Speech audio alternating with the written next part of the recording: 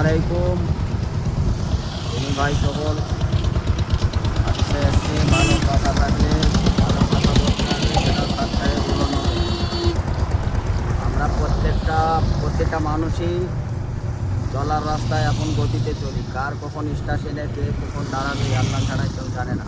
এখন আমরা বর্তমানে ইলামবাজার কাছাকাছি জয়দেব ব্রিজ, নতুন ব্রিজটা হয়েছে, সে আকর্ষণে আমরা ব্রিজটা দেখতে এসেছি।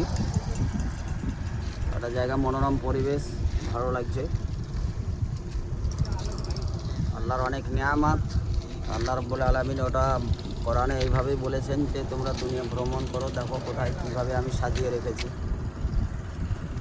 আর সেই অনুপাতে আমরা দেখেন দিনী ভাই হাফেজ সাহেব, তারপরে ইনি একটা ভালো শুকুর মাদ্রাসার শিক্ষক, ইনি হচ্ছেন আমাদের শুকুর মাদ্রাসার প্রধান শিক্ষক।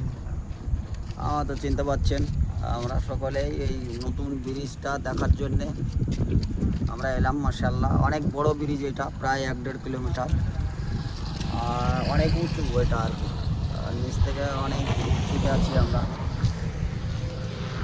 এগুলো বলার কথা হচ্ছে যে মানুষই যদি এইভাবে এত মানে গভীর থেকে এতটা উঁচু ব্রিজ তৈরি করতে পারে, আর আমার আল্লাহ কতটা পারে, এটাই হচ্ছে বলার উদ্দেশ্য।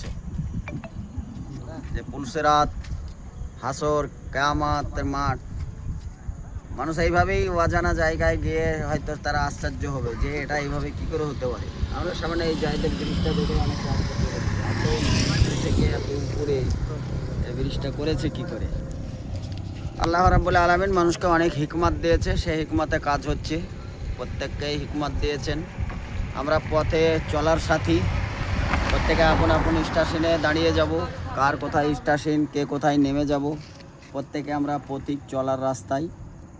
সবসময় আমাদেরকে স্মরণে রাখতে হবে যে চলার রাস্তায় যেন আমরা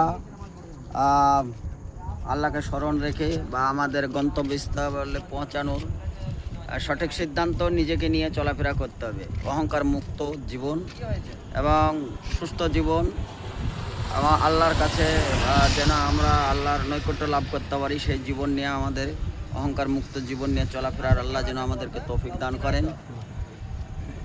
এতটুকুই আলোচনা আর কি, বুঝতে পারছেন। ভালো লাগলো তাই দুটো কথা বললাম। এদিক ওদিক আর কথাটা বাড়াবাড়ি না করে এটা সাদকার হিসাবে গ্রহণ করবেন। আল্লাহ আপনাদের সকলের মনটাকে আল্লাহর দিনের স্বার্থে কবুল করেন। আমি আসসালামু আলাইকুম।